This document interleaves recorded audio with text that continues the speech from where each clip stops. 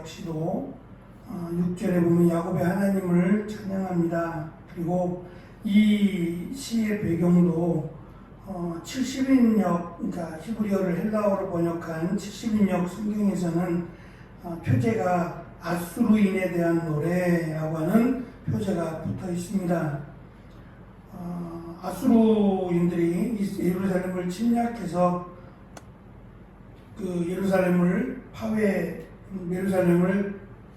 공격해서 무너뜨리고 또 성전을 공격했던 그런 사건을 떠올리게 합니다. 이스라엘 백성들은 이런 수없는 침략을 당해야 했고 그 침략 가운데서 선지자들은 한결같이 하나님께로 돌아오라고 외쳤습니다.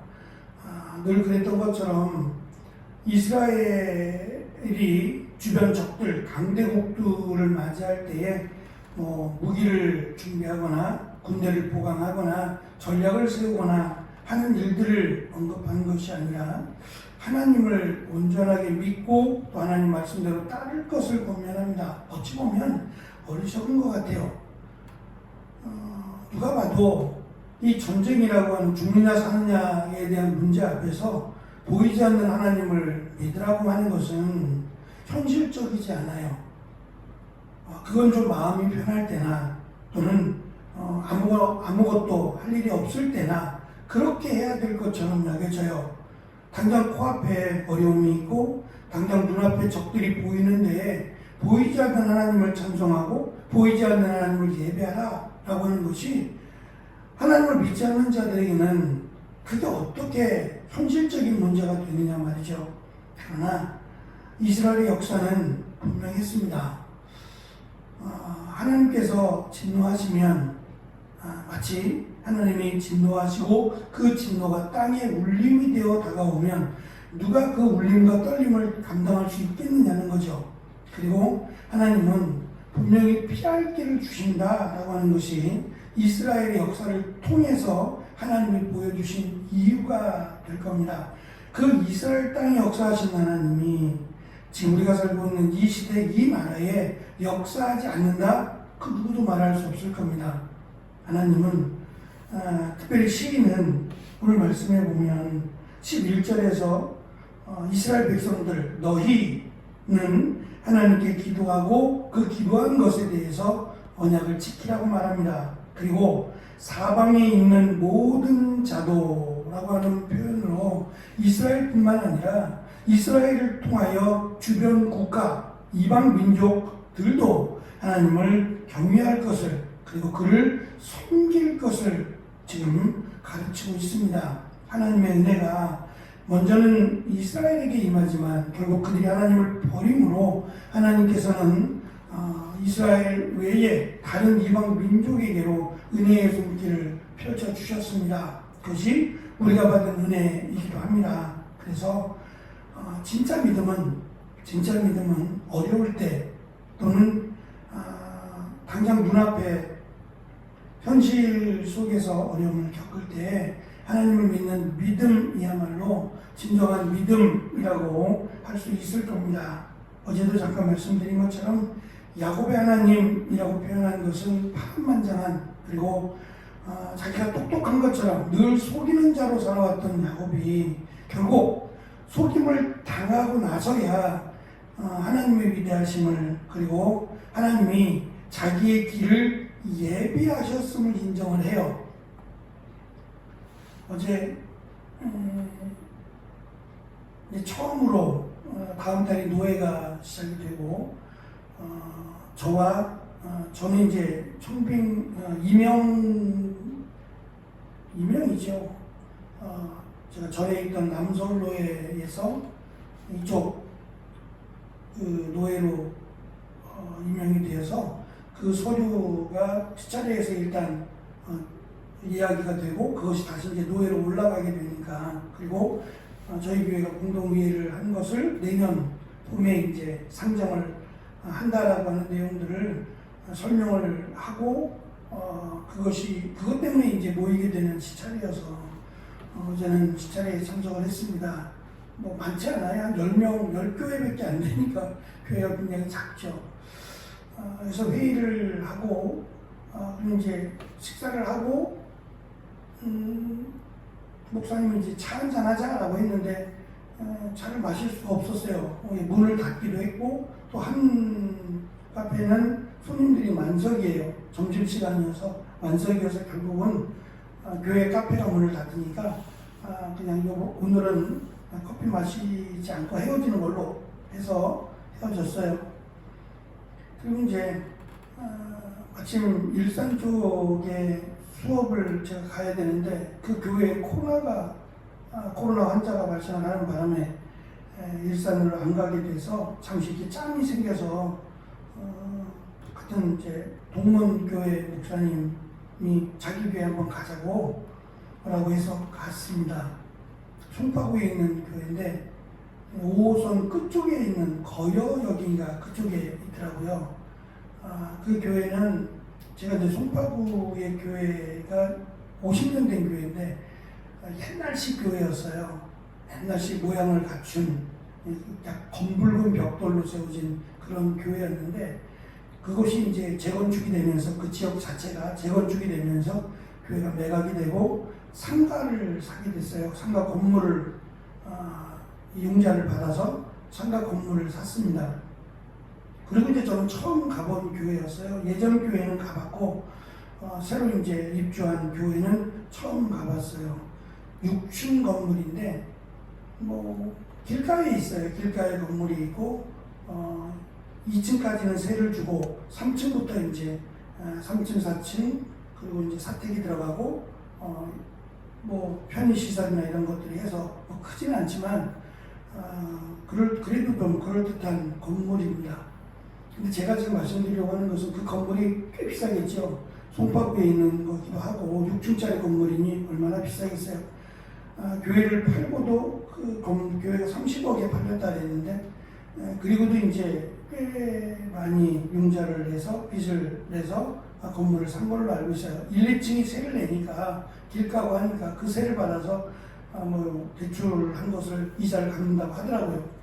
그래서 뭐 재정적으로는 어려움이 없다라고 하는데 저는 이제 관심이 그것보다는 본당을 어떻게 만들었을까가 관심이었어요. 이 건물에 본당을 어떻게 만들었을까? 이리저리 고민을 많이 했겠죠. 제일 넓은 곳은 지하인데 요즘 건물은 이제 지하를 잘 활용하지 못하도록 그렇게 한 것 같아요. 그래서 지하가 크지 않고 밑에 이제 주차장하고 연결을 시켜놔서 그런지 몰라도 지하가 작으니까 본당을 4층에다가 올렸어요. 엘리베이터가 있고 그래서 가봤더니 전 제일 궁금한 게 본당이라 가봤더니 본당이 우리 교회만 해요.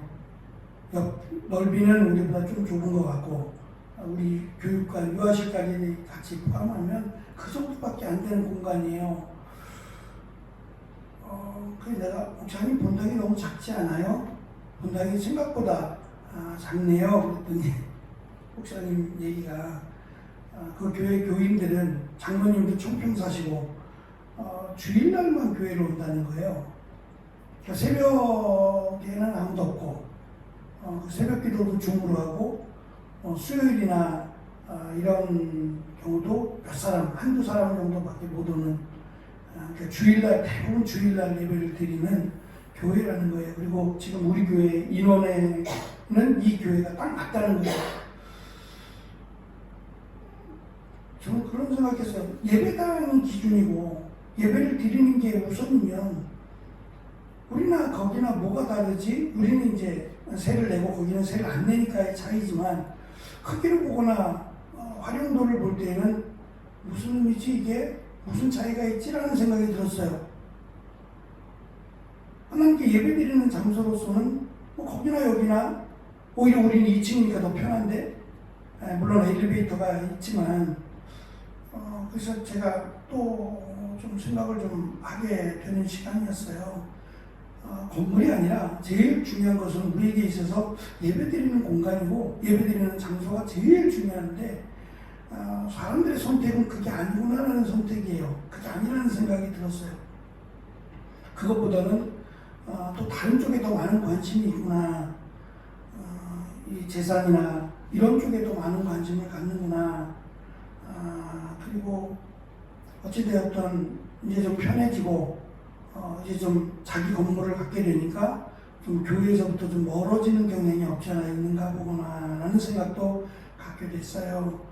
오히려 저는 반대로 어쨌든 빚을 내서 건물을 샀으니까 1층에서 새가 나와서 그것을 갚던 간에 어쨌든 빚이 생겼잖아요. 그러면 그 빚을 감당하기 위해서 더 열심히 더 힘내서 기도하겠구나 라고 생각을 했거든요. 근데 의외였어요. 제가 말은 못했지만 의외였어요. 건물을 새로 짓고 교회를 어찌됐든 옮겼잖아요. 그리고 성도들이 절반 정도를 못 왔대요. 어르신들은 못 오니까 절반 정도 못 오고 절반만 같이 오게 됐대요. 그러면 온 지 얼마 안 됐으니까 더 열심히 힘내어서 기도해야 되는데 편해졌다라고 하는, 좋아졌다라고 하는 것으로 제가 생각이 다르구나 라는 것도 좀 느꼈고요. 감사하다라는 생각을 제일 많이 했어요. 하나님께 예배드리는 교회는 일단 예배드리는 게 먼저니까 예배드리는 거로 생각한다면 뭐 교육관도 있고 위에 교육관도 조그맣게 있고 뭐 식당도 위에 있고 뭐 그런 거 생각하면 우리가 한 층을 더 쓰면 그런 문제는 해결될 일이고, 무엇보다 예배드리는 장소로서는 부족함이 없다. 거기나 우리나 생각해 보면 차이가 없다라는 생각을 하게 됐어요. 어쨌든 지금 이스라엘 백성들에게 있어서 지금 76편을 시를 쓰고 있고 고백하는 시인의 입장에서 볼 때는 하나님은 변하지 않으셨어요. 전쟁 중에도 침략을 당하는 지금에도 하나님은 여전히 동일하신 하나님이시다라고 하는 것을, 그리고 우리는 때와 장소를 막론하고 언제든지 하나님을 믿고 하나님의 약속대로 살아야 되는 하나님의 거룩한 백성임은 변하지 않는다는 것을 이 시를 통해서 노래하고 있습니다. 깨닫기를, 비록 전쟁 중이지만 어려운 가운데 놓여 있지만 그럼에도 우리가 먼저 해야 될 일은 빼앗긴 예루살렘, 하나님의 백성으로서의 자존심, 이런 것들을 회복하고 하나님께서 도와주시기를 간절히 기도하는 것이 가장 먼저 해야 될 일이다라고 하는 것을 시인은 이 시를 통해서 고백하고 권면합니다.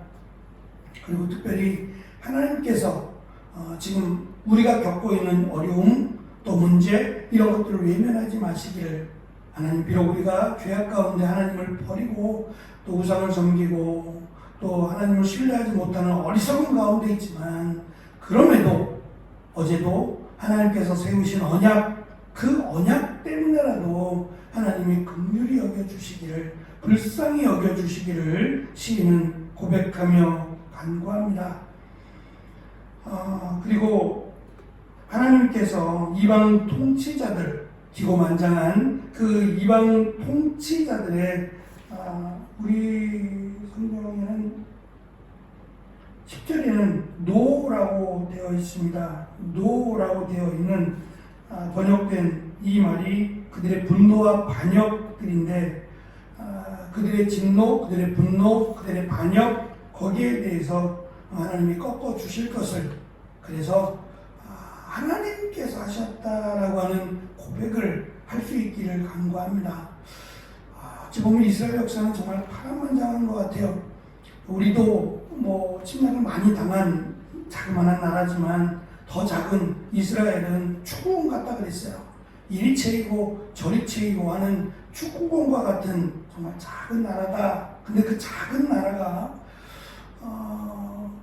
이방 민족들의 두려움이 된 것은 그 작은 나라에 집중된 힘이 아니라 그 작은 나라와 함께 하시고 그들을 보호하신 하나님 때문입니다.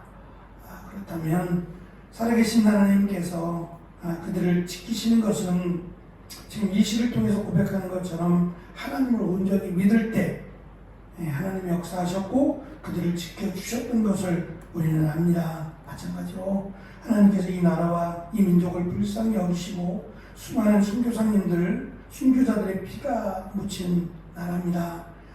이 나라가, 특별히 교회가 하나님 앞에서 거룩함을 유지할 수 있기를, 그리고 세상이 어찌하든지 간에 온전히 하나님을 믿고 하나님께 기도하는 교회들이 될 수 있도록 이 어려운 시기에 특별히 교회들이 교회의 정체성을 돌아보고 하나님을 온전하게 섬기고 믿는 은혜의 시간들이 될 수 있기를 간절히 축원해 봅니다. 기도하겠습니다.